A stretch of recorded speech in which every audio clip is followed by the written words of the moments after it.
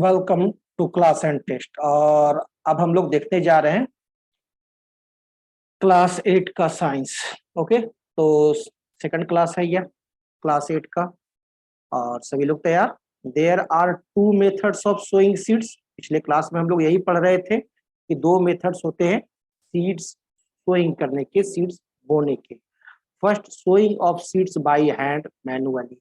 यदि हम लोग हैंड से, हाथों से सीड्स बोते हैं खेतों में तो उसे कहते हैं मैनुअली। सेकंड तरीका है sowing of seeds by using a seed drill mechanically.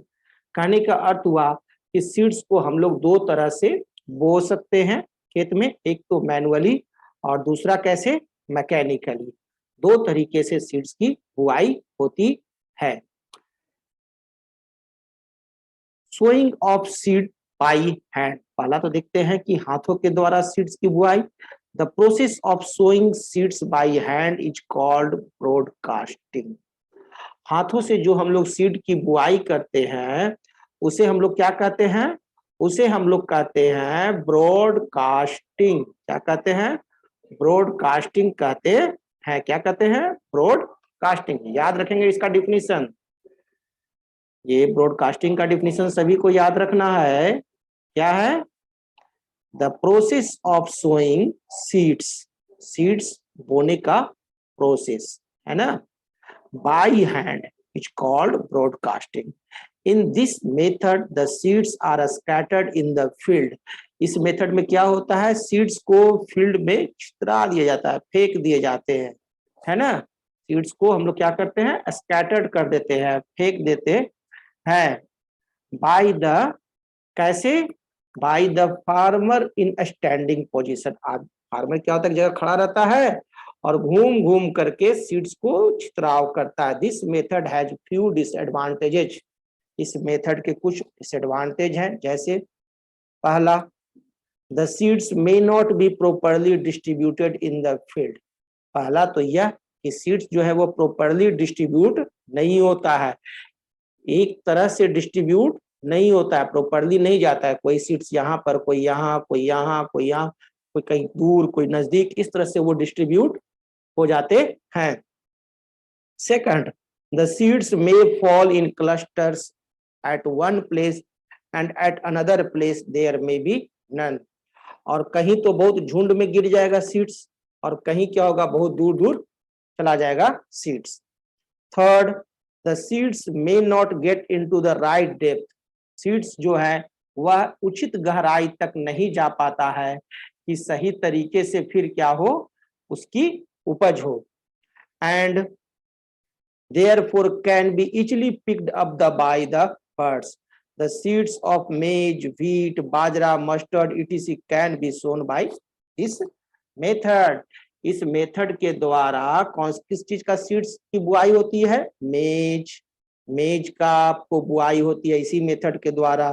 Wheat, bajra, mustard, इन सब चीजों की बुआई बाय स्प्रेडिंग होती है। ह्यूमन, ह्यूमन के द्वारा स्प्रेड करके बुआई हो जाती है। अब आगे आप देखिए, sowing of seeds by using a seed drill. अब सीड ड्रिल का उपयोग करना, ट्रैक्टर से सीड ड्रिल का उपयोग किया जाता है और निश्चित दूरी पर निश्चित तरीके से बुआई होती है, निश्चित गहराई में। A seed drill has a funnel shaped opening leading to a long tubes. Seed drill क्या होता है? एक आपका लॉन्ग ट्यूब रहेगा, उसमें इस तरह से फनल रहेंगे और इससे क्या होगा? निश्चित दूरी पर आपको सीड्स की बुआई होती है। These tubes are attached to a plow। और ये ट्यूब जो है एक प्लॉ से अटैच्ड होते हैं, यानी हल से। Seeds are put into the funnel, seeds funnel में रखा हुआ रहता है। As the plough makes furrows in the soil the seeds are deposited at right distance and right depth in the soil by the drill. The method of sowing seeds by using a seed drill is better than broadcasting, as the seeds are sown at regular intervals and at a proper depth। जब हम लोग seed drill के द्वारा seeds की बुआई करते हैं तो सीड्स क्या होता है? एक निश्चित दूरी पर निश्चित तरीके से अच्छी गहराई में वो उसकी बुआई होती है, जिससे कि उपज अच्छी होती है। Moreover this method of sowing is much faster and economical, और इससे बुआई भी तेजी से होती है और खर्च भी कम आता है।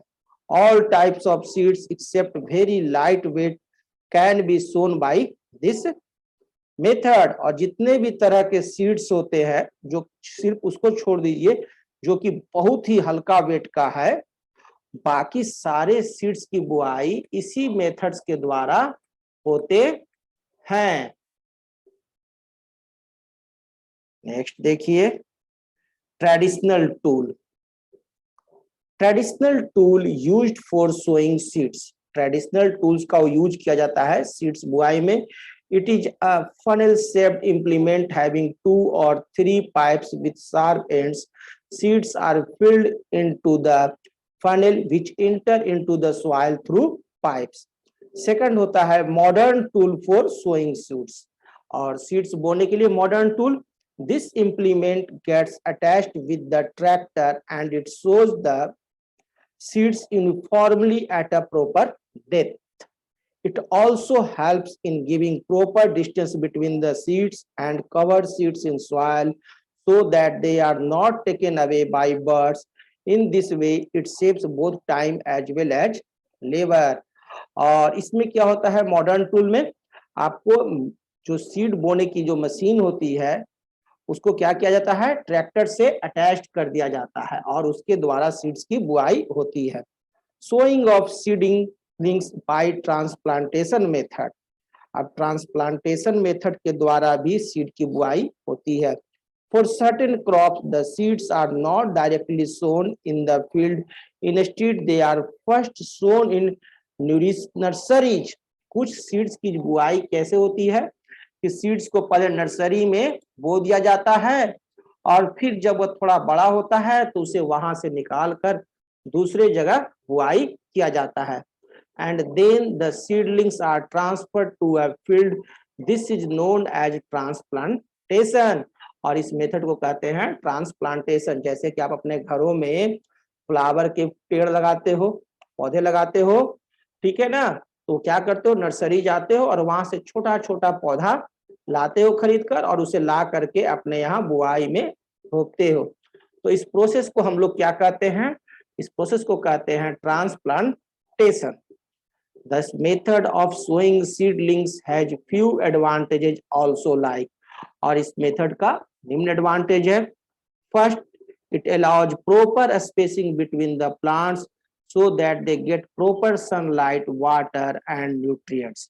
इससे क्या होता है कि प्रॉपर मात्रा में इसमें सभी चीज इसको मिलता है, सनलाइट, वाटर और न्यूट्रिएंट्स, जिससे क्या होता है, ग्रोथ अच्छा होता है।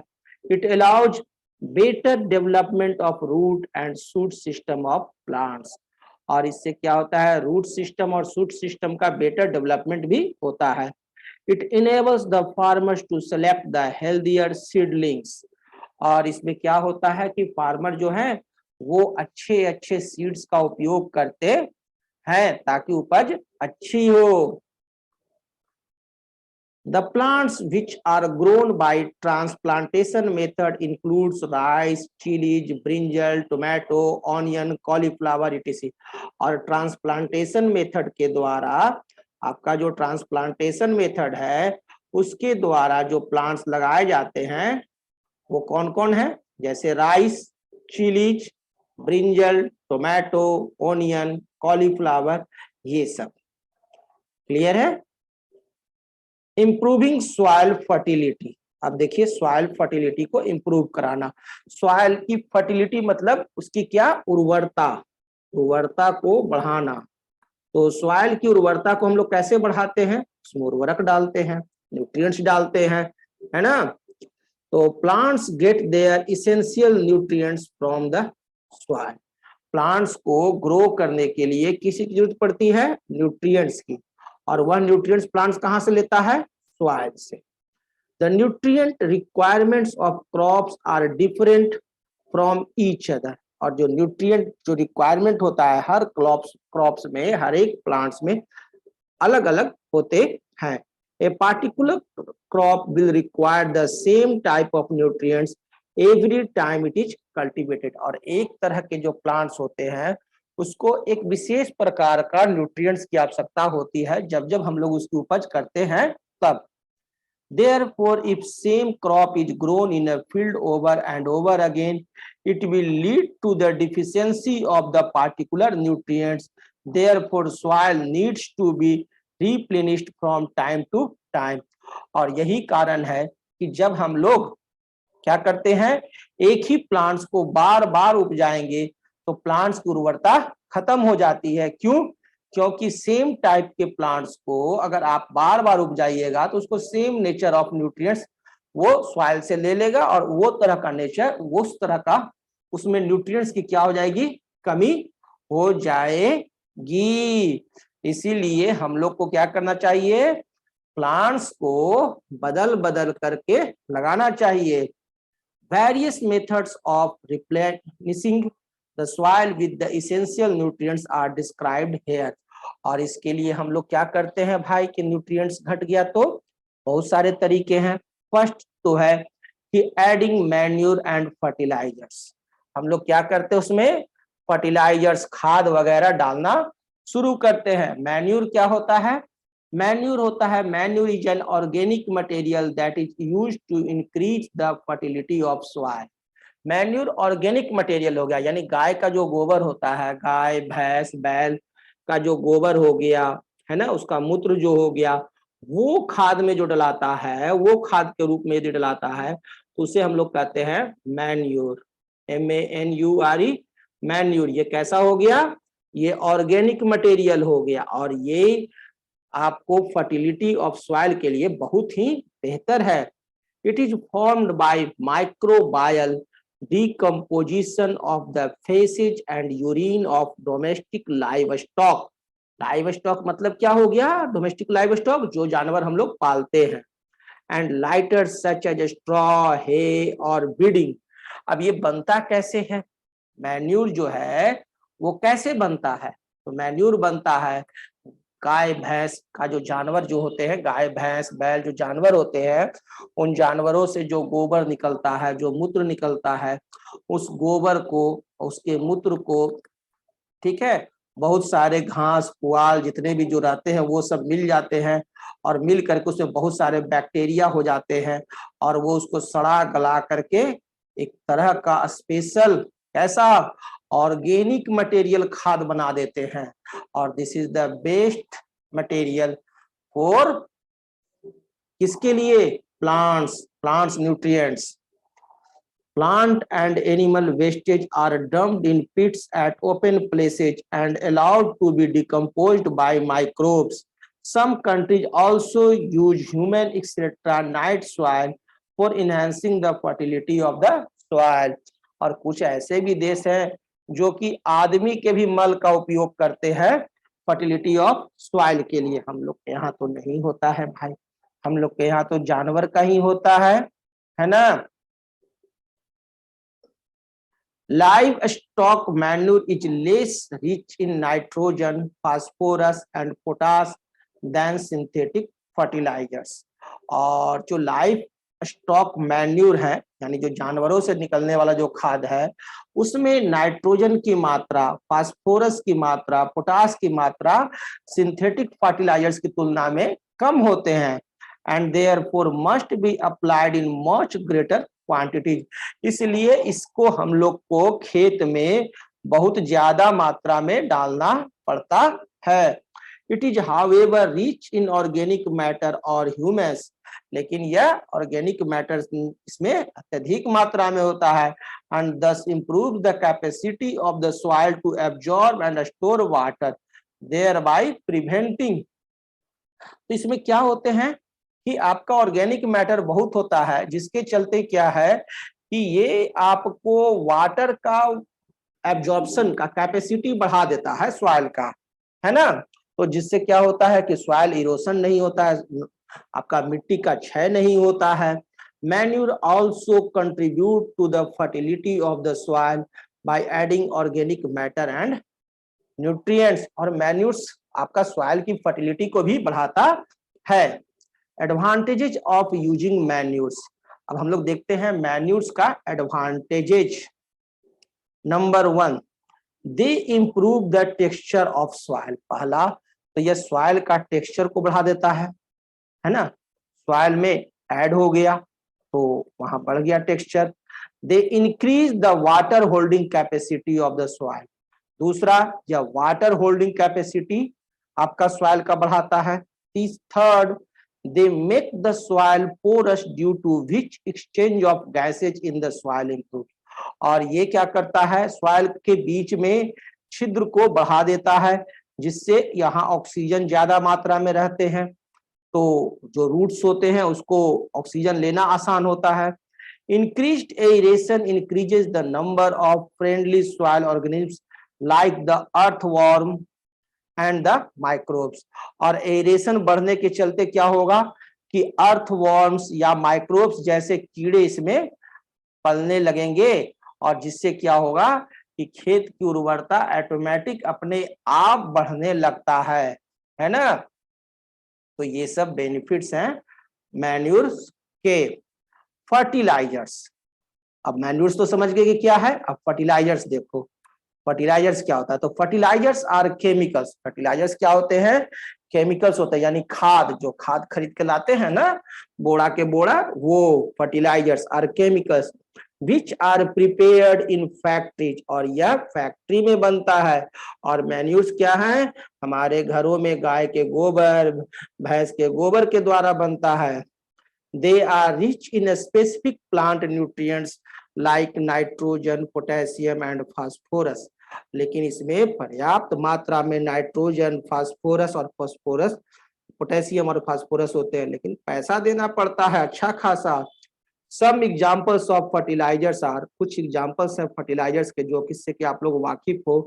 पहला तो यूरिया, सब कोई जानता है। दूसरा पोटास एंड तीसरा सुपर फॉस्फेट। ये आपको क्या है, फर्टिलाइजर्स के एग्जांपल कौन कौन है। First urea, second potash and third super phosphate. These are the examples of fertilizers. Manufactured chemical fertilizers, though more concentrated and efficient, are expensive and more likely to cause excess runoff and pollution. अब ये manufactured जो chemical fertilisers है, ये हमारे लिए महंगा भी है ना, और ये पॉल्यूशन भी पैदा करता है। The use of fertilizers result in a higher crop yield. लेकिन इसका यूज होता है किस लिए, कि उपज बहुत ज्यादा हो। However nutrients in the fertilizers may be washed away due to the rain और इरिगेशन। लेकिन अगर पानी पड़ गया, वर्षा हो गया, तो फर्टिलाइजर्स का न्यूट्रिएंट्स भी घट जाता है, धुला जाता है ना, बह जाता है। Use of fertilisers over a long period of time में affect the fertility of soil. और लगातार आप फर्टिलाइजर्स का आप उपयोग करोगे तो आपकी सॉइल की फर्टिलिटी भी खराब हो जाती है। इसीलिए मैन्यूर्स का भी उपयोग बहुत जरूरी है ना। तो अब हम लोग देखते हैं क्रॉप रोटेशन। सेकंड तरीका है कि मिट्टी की उर्वरता बनाए रखें, इसलिए हम लोग क्रॉप रोटेशन करें, यानी सीजनली अलग अलग क्रॉप लगाते रहे, कभी कोई फसल बदल बदल कर लगाएंगे। In this method farmers are encouraged to grow one pulse crop in between two cereal crops in the field. For example, growing wheat in one season and legumes in the next. अब क्या करते हैं कि एक season में हम लोग wheat लगाते हैं, तो दूसरे समय में हम लोग क्या लगा लेते हैं, लेग्यूम्स लगाते हैं। इस तरह से क्या हो गया, क्रॉप का रोटेशन होने लगा। तो क्या होगा, मिट्टी की उपज बरकरार रहेगी। Wheat crop uses nitrogen in the form of nitrates. अगर हम व्हीट क्रॉप लगाते हैं, यानी गेहूं की फसल यदि उपजाते हैं, तो वो क्या करता है, नाइट्रोजन यूज करता है in the form of nitrates, nitrates के रूप में, which leads to the deficiency of nitrogen in the soil. अब जिससे क्या होगा कि सॉइल में आपको नाइट्रोजन की मात्रा घट जाएगी। अब व्हीट क्रॉप जो गेहूं है ये नाइट्रोजन लेता है, लेकिन किस रूप में लेता है? नाइट्रेट्स के फॉर्म में। The roots legumes have many small swelling parts called root nodules। और legumes का जो roots होता है, ठीक है, उसके पास उसके जड़ में क्या होते हैं? बहुत सारे आपको रूट नोड्यूल्स पाए जाते हैं। क्या पाए जाते हैं? Root nodules which contains nitrogen fixing bacteria called rhizobium. और यहाँ पर आपको एक नाइट्रोजन फिक्सिंग बैक्टीरिया पाया जाता है जिसको कि हम लोग क्या कहते हैं? Rhizobium. These bacteria convert free atmospheric nitrogen into nitrates। और यह बैक्टीरिया क्या करता है? एटमॉस्फेरिक नाइट्रोजन को नाइट्रेट्स में कन्वर्ट कर देता है। This enriches the soil with nitrogen and increases its fertility। जिससे क्या होगा कि जो व्हीट ने नाइट्रोजन एब्जॉर्ब किया था नाइट्रेट्स के रूप में, वह नाइट्रोजन फिर से नाइट्रेट्स के रूप में बन गया। किसके द्वारा? लेग्यूम्स के रूट में मौजूद बैक्टीरिया राइजोबियम नामक बैक्टीरिया के द्वारा, है ना। This method of successive cultivation of different crops in an orderly manner on the same field in contrast to a one crop system is called as crop rotation। और इस प्रकार से हम लोग जो बदल बदल करके क्रॉप लगाते हैं, तो इस प्रोसेस को हम लोग क्या कहते हैं? Crop rotation. यानी कि क्रॉप रोटेट करके लगाते हैं। तो इससे क्या होता है? सॉइल की फर्टिलिटी बनी रहती है, बरकरार रहती है। हम लोग देखेंगे क्या? इरिगेशन, है ना। इरिगेशन क्या होता है? इरिगेशन का मतलब होता है IRRIGATION। इरिगेशन मीन्स होता है सिंचाई, है ना। खेतों की सिंचाई भी जरूरी है, बिना सिंचाई का तो काम होगा नहीं। तो water is a key input for crop production. Water एक आपका मुख्य चीज है क्रॉप प्रोडक्शन के लिए। Supplying of water to the crop plants from the wells, canals और water reservoirs is known as irrigation. हम लोग किसी भी तरह से क्रॉप को जो वाटर सप्लाई करते हैं, चाहे तो वह कुओं से दें, वेल से, कैनाल्स, नहर के द्वारा पानी पहुंचाएं, या किसी भी सोर्स से वाटर रिजर्वायर्स के द्वारा, तो उस प्रोसेस को हम लोग कहते हैं इरिगेशन, खेतों की सिंचाई करना। For the survival and proper development of crop plants water is necessary. और प्लांट्स जो है वो सही ढंग से ग्रो करे, उसके लिए वाटर जरूरी है। जैसे कि हम लोगों के लिए वाटर जरूरी है, हम लोग हमेशा पानी पीते हैं ना, ठीक उसी प्रकार से प्लांट्स को भी वाटर चाहिए। और each crop needs specific quantity of water at various stages of growth and fruiting. और प्रत्येक प्लांट्स को एक स्पेसिफिक अमाउंट में वाटर की जरूरत पड़ती है ग्रोथ और फ्रूटनिंग के लिए। तो अब हम लोग देखते हैं, यहाँ तक तो समझ में आ गया कि इरिगेशन क्या होता है। तो the time and frequency of irrigation varies from. और ये जो इरिगेशन का टाइम जो होता है और उसकी फ्रीक्वेंसी यानी देने का समय, है ना, वो वैरी करता है क्रॉप टू क्रॉप। अलग अलग क्रॉप का प्लांट्स का वाटर का रिक्वायरमेंट्स अलग अलग होता है। और उसी प्रकार सॉइल टू सॉइल, अलग अलग मिट्टी की भी वाटर की रिक्वायरमेंट अलग अलग होती है। और तीसरा सीजन टू सीजन, और सीजन पर भी डिपेंड करता है कि कौन सा सीजन है, उसके हिसाब से भी आपका क्या है, वाटर का रिक्वायरमेंट्स अलग अलग होता है। In summer season frequency of watering is more due to evaporation of water from the soil and leaves। और गर्मियों के दिन में पानी की ज्यादा आवश्यकता होती है। क्यों? क्योंकि वाटर का इवेपोरेशन ज्यादा होता है, वाटर बहुत ज्यादा प्लांट से उत्सर्जित होकर के एटमॉस्फेयर में चला जाता है, जिसके चलते समर में वाटर की रिक्वायरमेंट्स बढ़ जाती है। ठीक जैसे कि हम लोगों को भी गर्मी के दिनों में क्या होता है, पानी की ज्यादा आवश्यकता होती है, ठीक उसी प्रकार प्लांट्स को भी ज्यादा वाटर की आवश्यकता पड़ती है। कब? गर्मी में। Plants contain 80% to 90% water. Plants में 80 से 90% वाटर होता है। आप उतने मोटे मोटे जो प्लांट्स के जो तने देख रहे हो उसमें 80 to 90% क्या है, वाटर है। वाटर का फॉर्मूला होता है H2O। Plants absorb this water from the soil, और प्लांट्स को यह वाटर मिलता कहाँ से है, मिट्टी से। वह सॉइल से एब्जॉर्ब करता है थ्रू देयर रूट सिस्टम, अपने रूट सिस्टम के द्वारा। Along with water, nutrients also get transported to different plant parts। और इसी वाटर के द्वारा और जो आवश्यक न्यूट्रिएंट्स होता है वह प्लांट्स तक पहुंचता है। किसके द्वारा, वाटर के द्वारा। प्लांट होता क्या है, प्लांट का जो जड़ जो होता है वो नीचे होता है, ठीक है। अब ये नीचे जड़ है, अब यहाँ पर क्या होता है, यहाँ से वाटर जब जो ऊपर जाता है तो इसमें जो न्यूट्रिएंट्स जो रहते हैं घुले हुए सॉइल में, जो वाटर में सॉइल में जो न्यूट्रिएंट्स होते हैं वो कैसे जाते हैं, वाटर में घुल करके आपको प्लांट्स के डिफरेंट पार्ट्स तक पहुंचते हैं। क्लियर। नेक्स्ट पेज पे चलते हैं और देखते हैं सोर्सेज ऑफ इरिगेशन, इरिगेशन के सोर्स। ओके, तो रीड करेंगे क्या, सोर्सेज ऑफ इरिगेशन।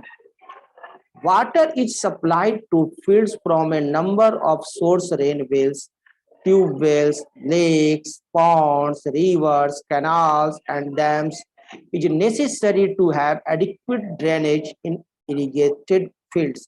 यदि आप खेती कर रहे हो तो उसे पर्याप्त मात्रा में पानी चाहिए, और वह पानी आप या तो कहाँ से ले सकते हो, रेन के द्वारा, वर्षा हो उसके द्वारा, नहीं तो कुओं से, वेल से, ट्यूबवेल से, लेक से, पॉन्ड्स, रिवर्स, कैनाल्स या डैम्स, कहीं से भी मिल सकता है। If a field is supplied with excess water, it is said to be waterlogged। और यदि कोई ऐसा फील्ड है जिसको बहुत ज्यादा पानी मिला हुआ है तो वैसे फील्ड को हम लोग क्या कहते हैं, वाटर लॉग्ड। क्या कहते हैं, वाटर लॉग्ड कहते हैं। Okay, water logging replaces the air in the soil. और वाटर लॉगिंग अगर ज्यादा हो गया तो सॉइल से क्या होगा, एयर खत्म हो जाएगा with water, which reduces the supply of air to the roots of plants. और प्लांट्स के रूट्स को एयर कम मिलने लगेगा। This stops the growth of the plants. जिससे क्या हुआ, प्लांट्स का ग्रोथ घट जाएगा या बंद हो जाएगा। It also increases the amount of salt in the soil which is harmful for the crops. और सॉल्ट भी, सॉइल में नमक की भी मात्रा बढ़ जाती है यदि क्या हो, वाटर, जैसे कि ये आपका कहीं भी प्लांट्स लगा हुआ है, ठीक है, प्लांट्स लगा हुआ है और क्या हुआ, पूरा पानी हो गया, वाटर हो गया। जब वाटर हो जाएगा तो एयर से ऑक्सीजन इस मिट्टी में नहीं जा पाएगा, तो क्या होगा, ये जो अंदर में जो रूट है इसको ऑक्सीजन नहीं मिलेगा और वाटर पूरा भर गया, इसको कहते हैं क्या, वाटर लॉक्ड। वाटर पूरा फुल हो गया तो कहते हैं वाटर लॉक्ड, और वो हमारे प्लांट्स के लिए बहुत ही हानिकारक है। तो इस प्रकार से आपने देख लिया इरिगेशन क्या होता है। अब नेक्स्ट टॉपिक जो है प्रोटेक्शन फ्रॉम वीड्स, ये नेक्स्ट क्लास में देखेंगे। Okay, thank you, good bye.